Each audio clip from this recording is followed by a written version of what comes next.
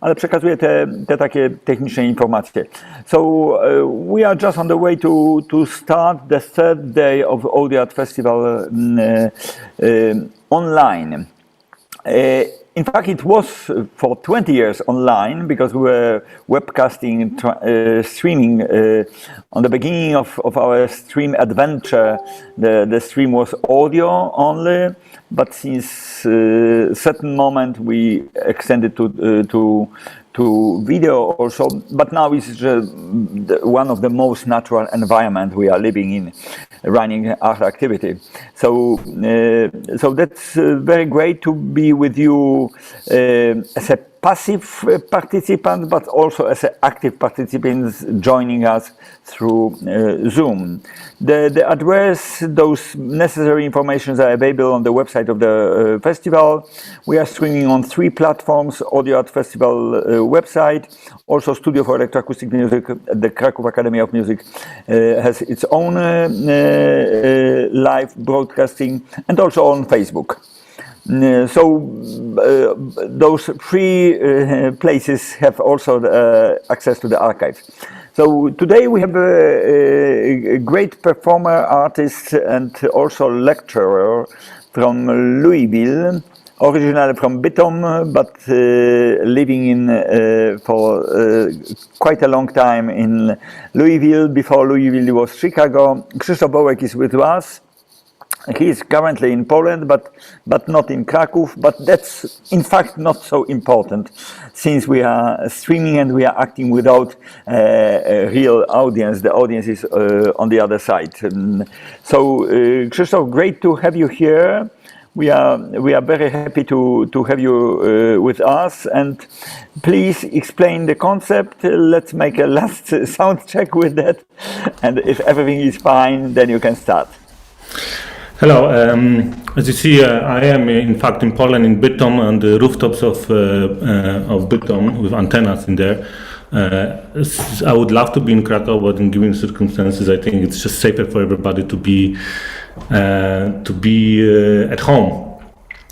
I will be talking today a little bit about this idea of artists living in kind of drawers and boxes that are created by the listeners and by the audience, and the need for them. I'm talking about myself, unfortunately, but based on my experiences, the need of escaping this box and redefining yourself at all times. I will later today. I will be performing a solo set with no input mixer, computers, transducers, and I believe that every time we perform, we create kind of image of ourselves in the eyes of our listeners. Very often, unless you really know some artists, this image kind of defines how a person is viewed and kind of is put in a drawer. This is an electronic music musician. This is the composer, and I think it's very important for us to escape this classifications and try to do new things. I, in fact, although I perform kind of a very noisy improvised set today, my background is very, very classical. It's a very, very classical training. I went to music school in Poland, first 6 years on piano, then percussion 6 years. And then I didn't really start any creative work until I was 18, when I joined when I started my composition project at the Katowice Academy of Music. Why no input mixer? I think that might be interesting. The first time I performed with no input mixer was, I think it was 2017, so only 3 years ago, at the University of Chicago retirement party for my teacher there, Howard Sandrow. It was very important for me to do something new in there because Howard, of course, very influential person for me, but what's very interesting about him was that although he was very, very active composer in electronic medium, in electronic music scene in 70s and 80s, working with Boulez, working with Yamaha corporations, writing articles, a fantastic teacher of electronic music, really explaining the basics very, very clearly and easy to understand. But he kind of, at a certain point, got stuck and kind of stopped composing. And at a certain point, he picked up a new activity and started to sculpt in metal. I'll show you, if I can share the screen right now, a few of his works. I understand that you can see the screen right now. So there are the sculptures of Howard. Yeah, everything is clear. Great. So it's amazing for me that a person who was a really established artist in his field was able to change kind of profession completely and start doing something completely new. There are some pictures of Howard's sculptures. I find this idea of artists switching the occupations because they are stuck or they are bored very inspiring. Howard's idea is that in music he wanted to kind of give the impression of objects falling, catch the moment of the objects falling in space. And I think it translates into this beautiful sculptures as well. Of course, at a certain point, he started to combine both his music experiences and his sculptures. Here's an example of mobile that he created. Hopefully, it will load in a second. So really beautiful, beautiful installations and sculptures that Howard right now creates.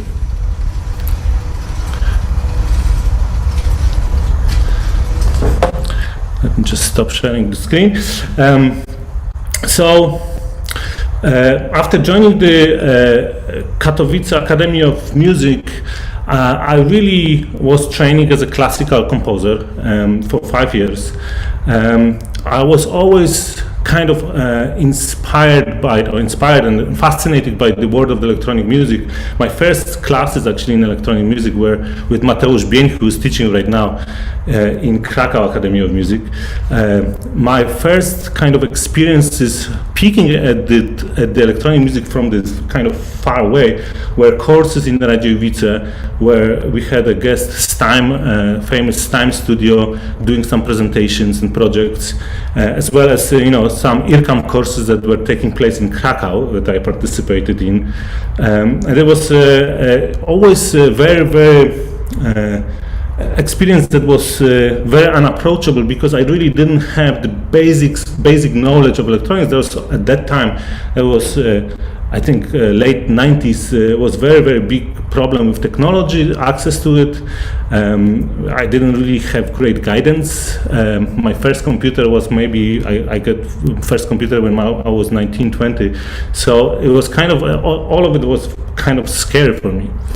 After finishing this school in Katowice with the concert at the, orchestra concert and a very, very traditional way of going through the school, I started to work there for a year in Academy of Music, and then decided that really I need to do something else. I needed to see the world. The education in Poland during the time was really focused on 3 composers, at least where I was. There was Lutosławski, Penderecki, and Górecki, and it was very, very hard to escape this kind of dominance of fantastic composers, but there's more in the world, right? So that's why I was looking for some other experiences. There was hard, there was no internet, so there was no recordings. It was really hard to get any kind of contemporary music scores. There was more happening in Warsaw, but for people in smaller centers in Poland, the access to the resources was a big issue, I think. So after 1 year of working in Katowice, I went to Holland, where I studied with Louis Andriessen for a year. Again, very classical composition, but right next door was the sonology department, which was extremely inspiring, and they were doing fantastic things with the analog TVs and electronics.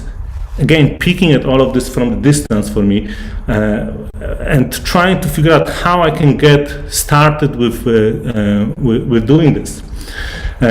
Next year, in 2001, I received the invitation to go to Chicago to do a PhD at the University of Chicago, and this is where I met Howard Sandrow.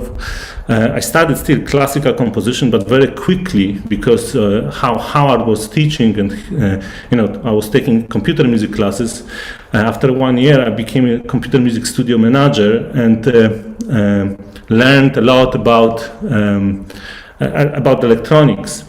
And during that time, in 2003, I think I composed the first electronic music piece. It was a tape piece, but I guess it was the first piece that I was really satisfied with electronics. It's called Mobile Variations. I'm going to play a sample of it, if you don't mind. Right now, it's about 3 minutes long. Let me just share the computer screen, because then we'll have the sound in stereo. We hope so. Yeah.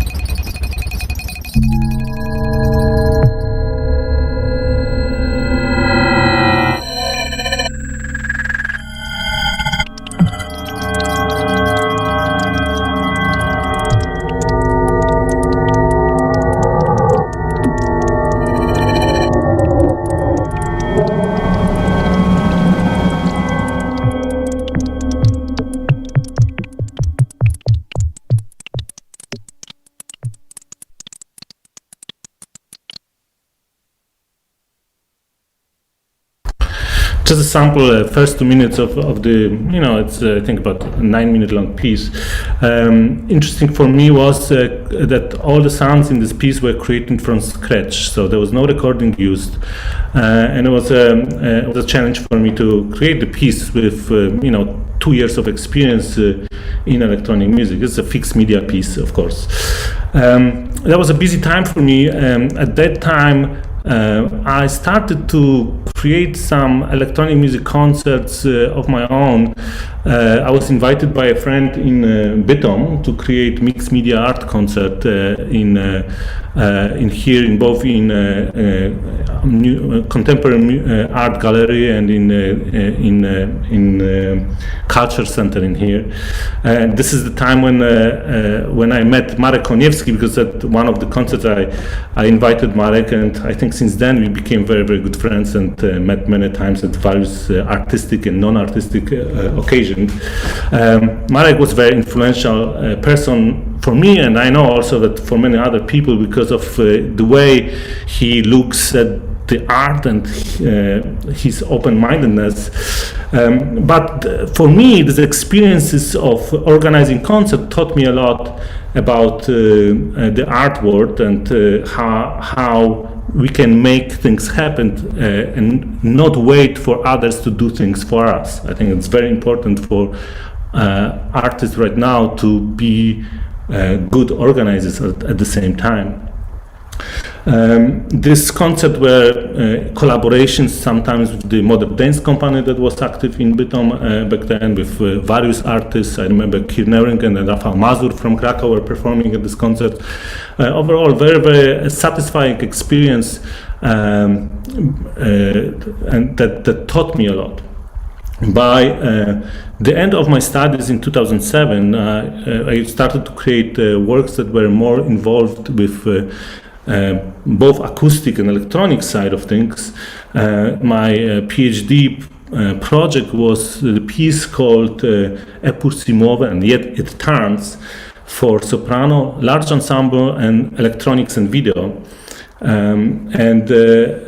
This piece was another step in a way for me, because now not only I combined the experiences of my acoustic composition, but now I added to it electronic music side. I had to write the program to run everything live, which was done in Max, and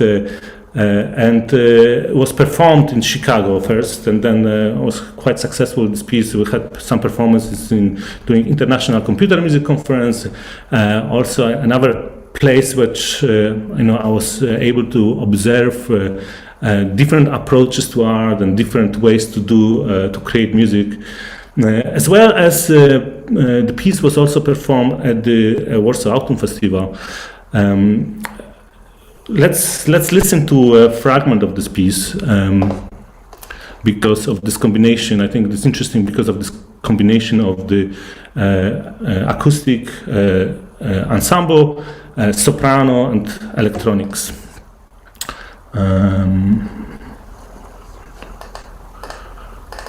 One second, let me just do sharing again.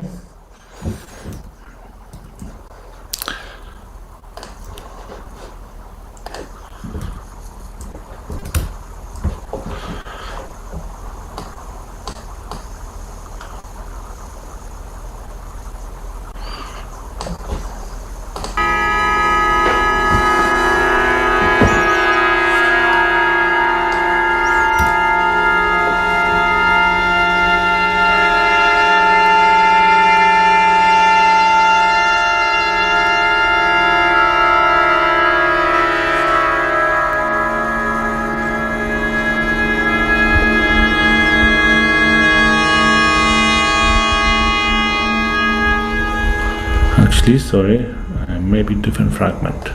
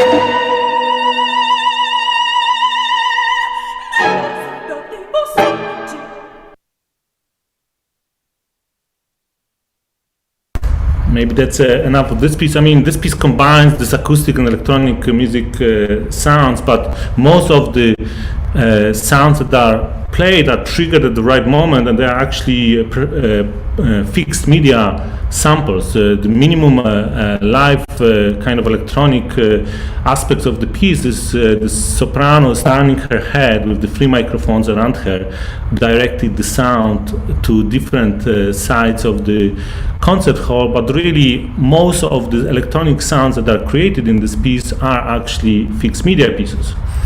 The piece, as I was mentioning, was performed at the Warsaw Autumn Festival, and I guess it made some impression there because the following year the Warsaw Autumn Festival invited me to write a piece for a special project that they were creating. There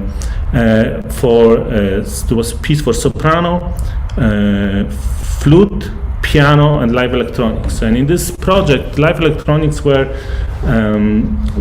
created by Computer Music Center Tempo Reale. Let me just share this screen a little bit in here.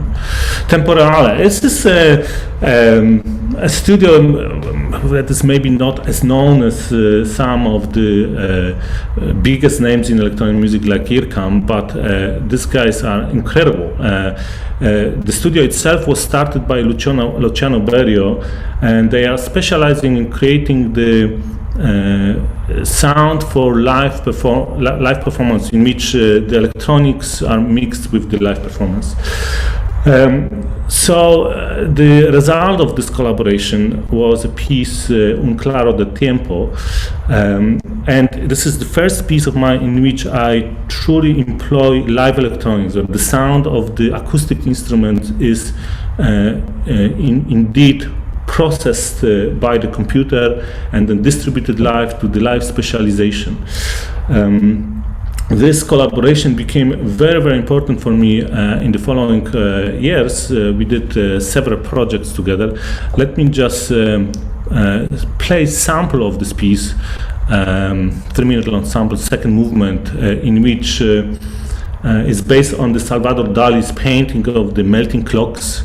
I think we all remember this beautiful artwork, and I was trying to kind of create impression of this melting time with sound, pitch bending, and the text is just counting from 1 to 12, representing the clock itself.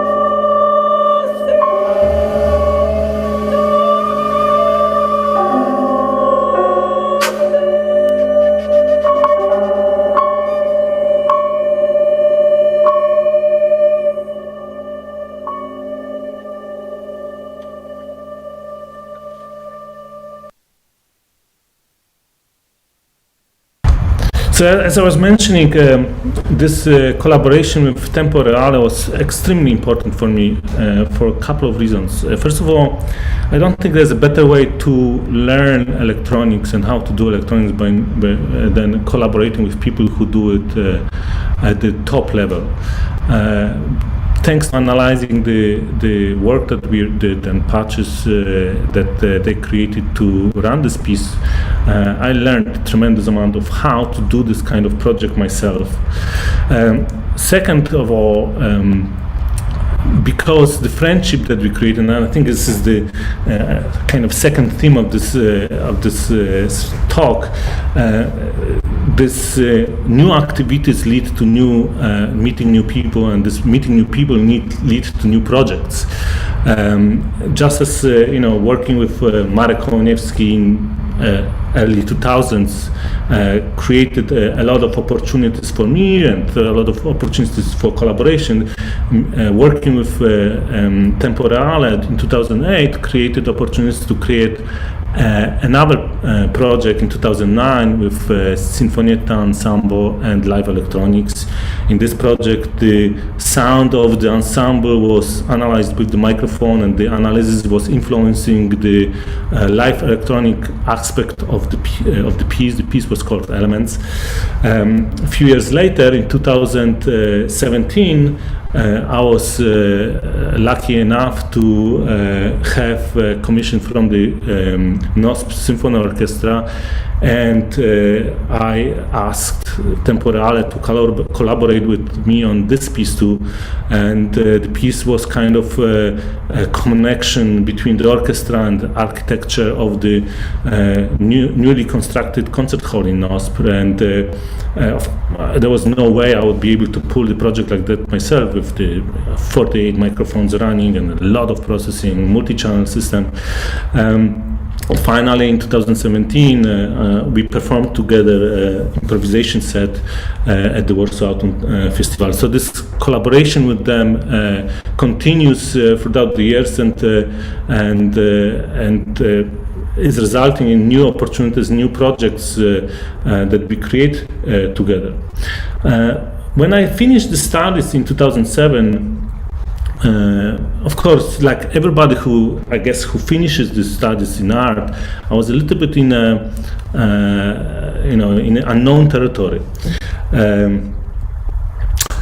A lot of people in arts, after finishing the school, have hard time finding a job or defining yourself or themselves. It all eventually works out, and we all find our place.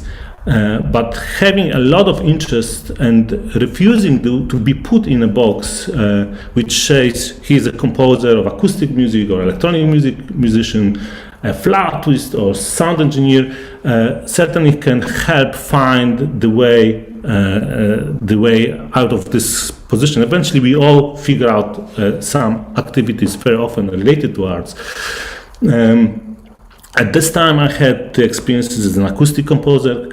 I had experiences doing the electronics because I worked at the University of Chicago as this computer music studio manager and sound engineer. I had sound engineering skills. I did live sound. I worked as in a publishing house, Donemus, when I was in Holland. And at that time, I started to do improvisations with the computer. Around 2007, right after I started I finished my school, I created a couple of ensembles. One was Load Bang Ensemble with Jarek Mamczarski from Katowice Academy of Music. Another one was with my wife Alison Ogden. When we performed together at various festivals for computers, Alison was playing clarinet. Here's a sample of the live improvisation set that we called Turtles All the Way Down.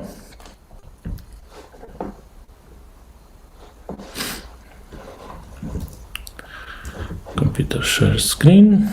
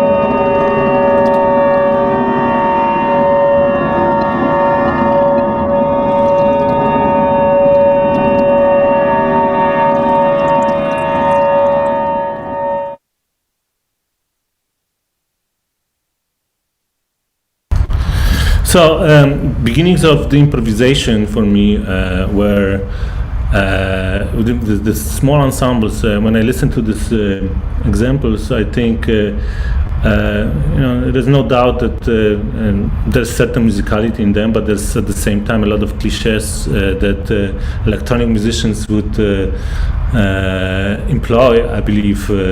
At the beginning of working with electronics, a lot of loops and the recordings of stuff that was already happening, but one has to start somewhere, and I mean, there's no better way of learning things than doing them.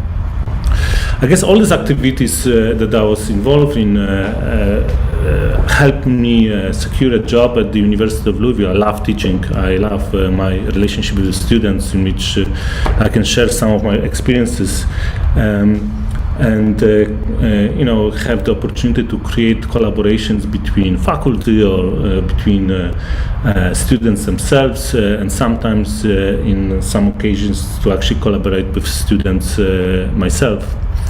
This is the time, so I started to work at the University of Louisville in 2008 and became a computer music studio director in there, as well as composition teacher.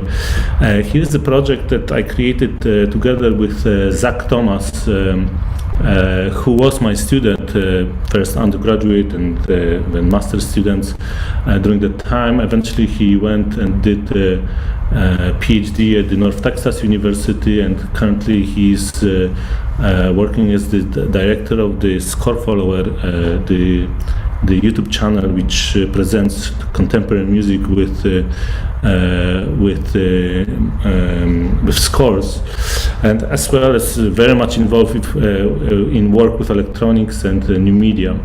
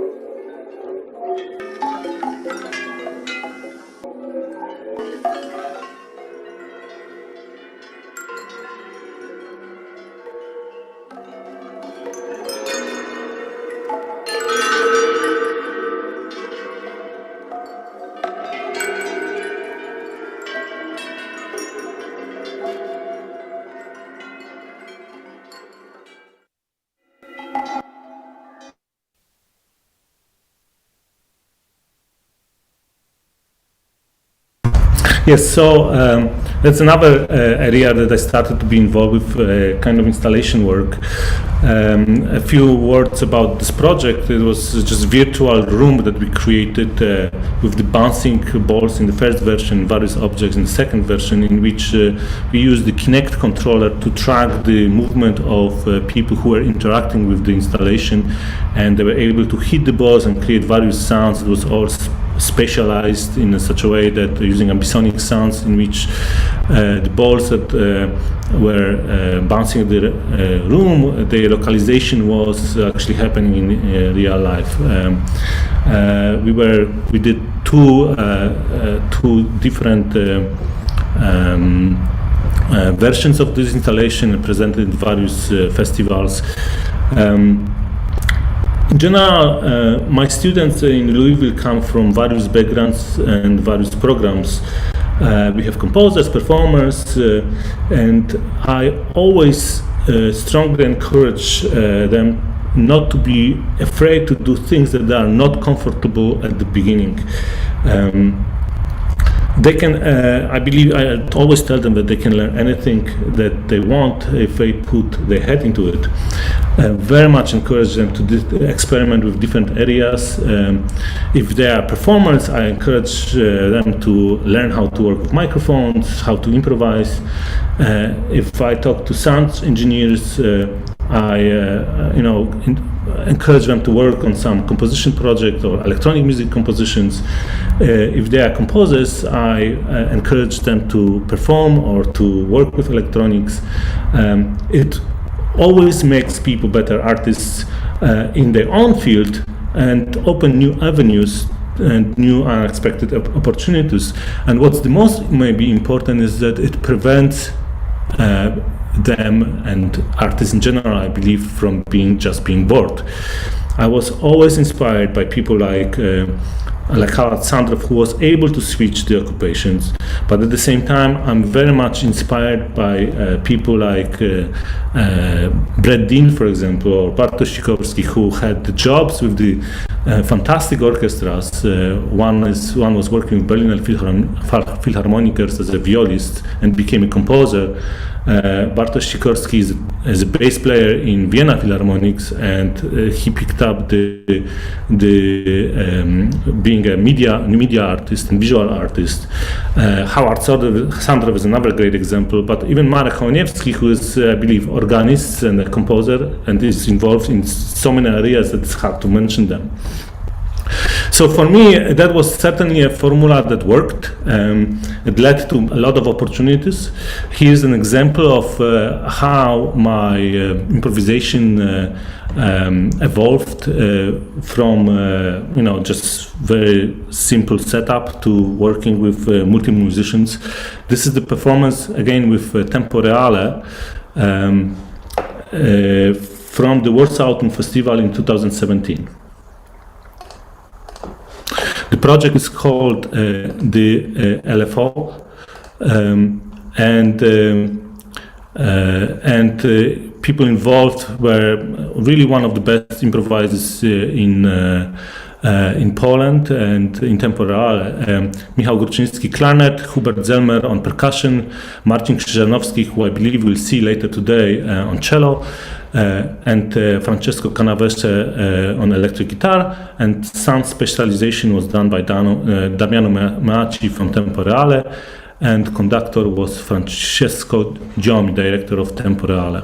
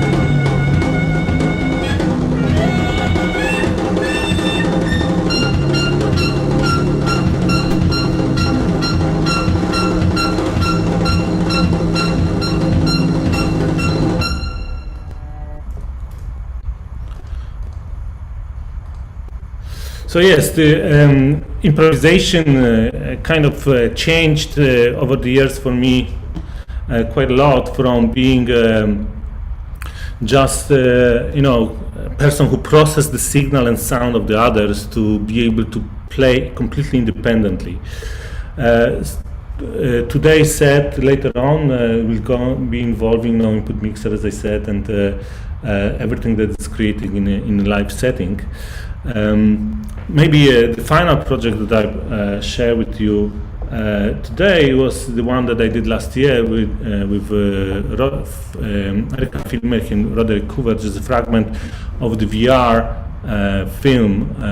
This is a fragment Meet Me at the Station of the larger VR project that we created, first presented in Ukraine, in Lviv, in VR, and then in Louisville in a planetarium setting. So it's kind of immersive visual experience.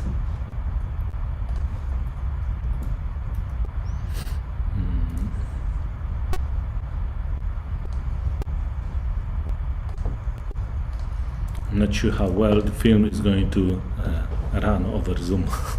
Let's see. Just a short fragment.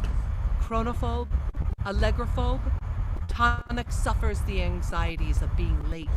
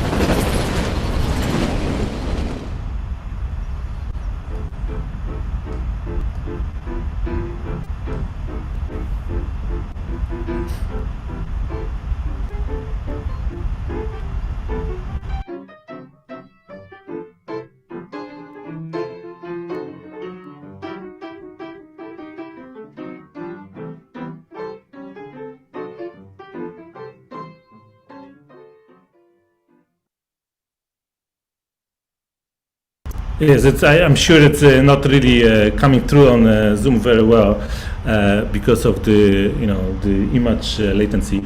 But it's the recent kind of venture for me, trying the new technology and trying to work with VR. I think that's what I got for today. I hope I can see you all a little bit later on my performance, during my performance and during the concert. If there are any questions, I'm happy to answer them, or we can just finish with that. Okay, we have several people with us, but in general, I know, well, it's a Sunday, so I know that my students get a really great opportunity to be free of education, not really training. I hope that they can join us at evening, but of course, Sunday lecture at 12 o'clock, it's a kind of challenge. Or On Sunday. yes, on Sunday, it's a kind of challenge. But yeah, that's. I would like to mention that the mobile vibration, which I have a very strong relation, sentimental even one, because the piece was awarded as a first prize on the famous international competition for electroacoustic music in Bourges.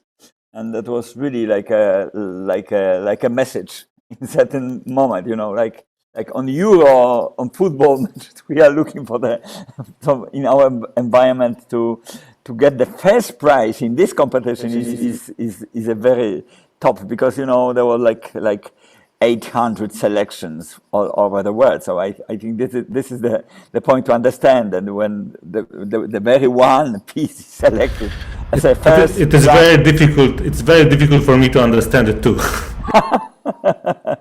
So it happens, and in fact, that's a really great message in a way. If I can continue this, because 2 years ago, Wojtek Błażejczyk get the first prize in the same form. Even that the competition changed the name, because after the IMEP closed, we renovated together with Panayotis Kokoras and François Berrier. We decided to run again the prix from Bourges as a prix CIME. So our International Confederation for Electroacoustic Music founded the new competition, which in fact is a continuation of the old one. And we run it in a 2 years cycle, like a biennale. So Wojtek received the first prize on the last one. So that's really special, and a very unique gallery of Krzysztof Wołek and Wojtek Błażejczyk. But also Eugeniusz Rudnik was his awarded pieces, but long ago was also the opening of this series. So that's really great. Yeah, I mean, the environment in general of electronic music scene changed a lot over the years, right? And there are different kinds of opportunities right now that are presented, and accessibility to the technology is completely different right now. A lot of changed for good, of course. Although I always try to repeat to my students that understanding the basics, understanding the backgrounds and where things come from can only enhance what they are doing right now, and both on the technological but also aesthetical level. Mm-hmm. Yeah, so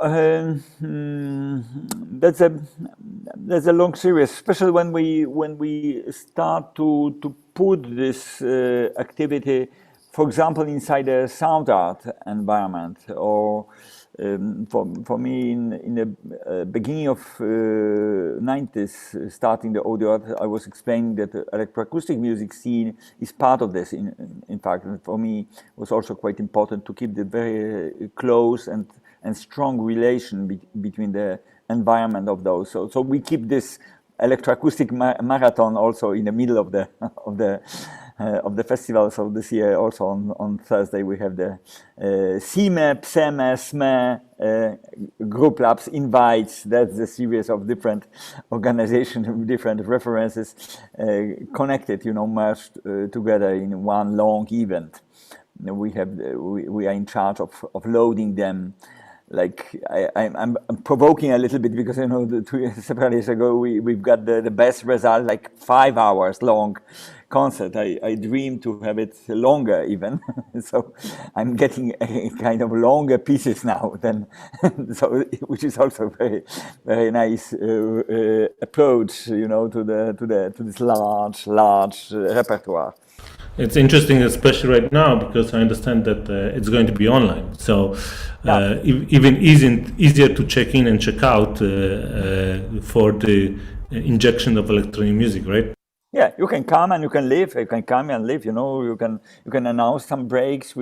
People who are doing breaks now they are making the entire break, because they don't listen, and they come to this link later on. They are checking the concerts afterwards. So this is also quite a beautiful tendency, that we have several limited number of people, following the event live.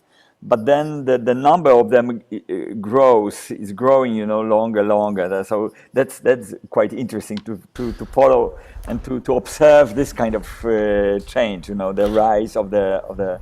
Totally. I mean, I myself yesterday was checking the recordings from 8 o'clock at 10 o'clock. So it's fun that it's available after, and we can see what other people are doing and get inspired by it too. And it doesn't have to be necessary at the given time. Yeah. Mm-hmm. So that's why the concept of time and space change, and space and time, because we explain all the time where we are or where we are not I think that most of the people recognize where I am now, because I'm not using background. I'm using the real video behind me. It's a wall of Hevre. I'm in Hevre because we are cooking the time machine project. We are setting up and making the rehearsal already in the morning. But and in fact, there's a first lecture which goes in the real place. You are on remote, Krzysztof. You, with your background, you are on more hanging, in ether.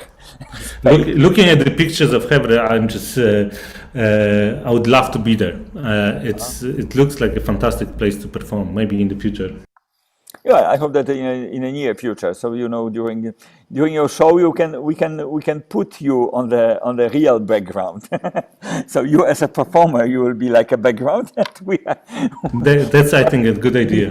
Behind you, it will be the real space. So that's what we can do with the manipulation. But I think that sometimes it's good also good to explain, especially when we are running with different medias.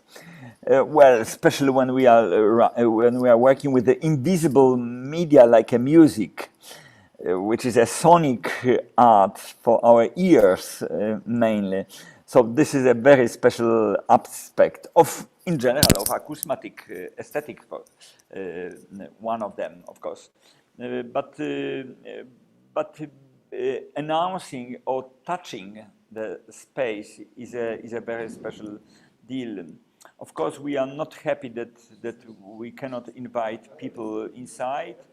Like 1 month ago, we were ready to do it on a limited audiences, and this reduction was also arranged in different ways. Slightly, on the last moment, we were ready to stay with volunteers and our friends.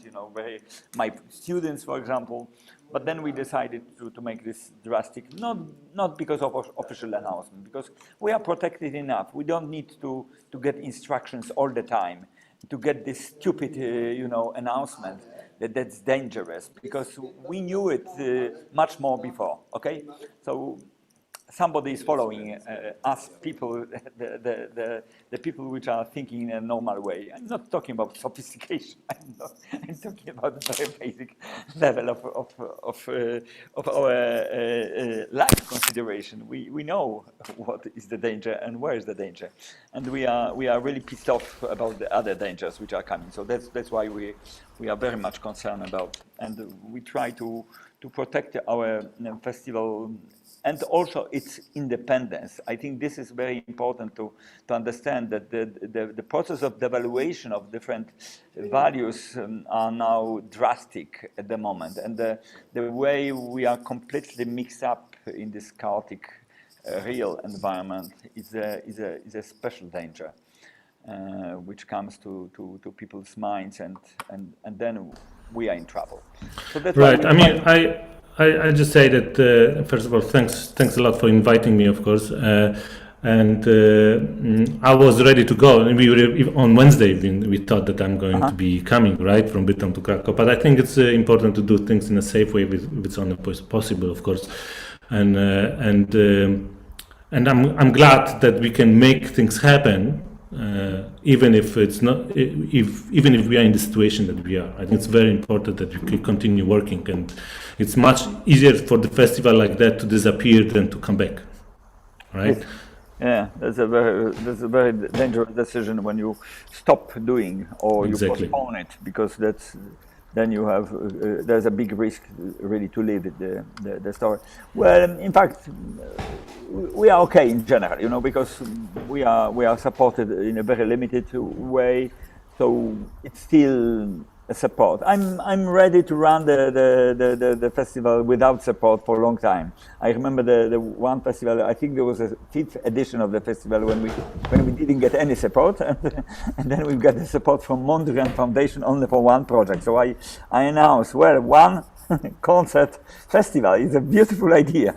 So and we can even reflect to the minus festival as well. So that's not the danger as we think with other events, which are really hanging on the real support.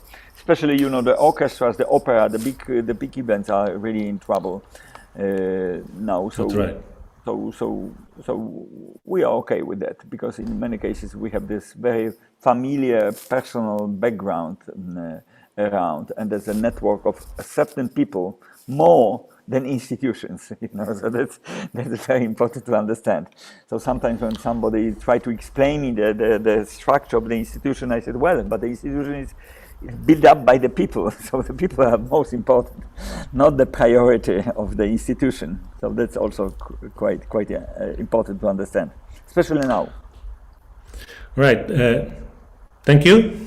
Thank you very much. I'll see you in the evening, right? Yes, we start at 6 o'clock in physical space, one space, and we have 3 programs today. As I said yesterday to Krzysztof, that our concert will be 1 hour long. I hope that the installation performance, we are dealing also with the audience. The audience will become the active members of the show. So in this aspect, it's very hard to make it very clear. But the 1 hour is a frame, time frame of the event as on our plan. Okay. So first set, and then I'm playing as a second set, and there's something after me too, right? So we made already the basic technical set, yes, but because we'll be using Zoom, but also with our you already discussed this with our right. We are I think ready to go. Okay, thank you very much, Krzysztof. Thank you very much. Thanks a lot. See you soon.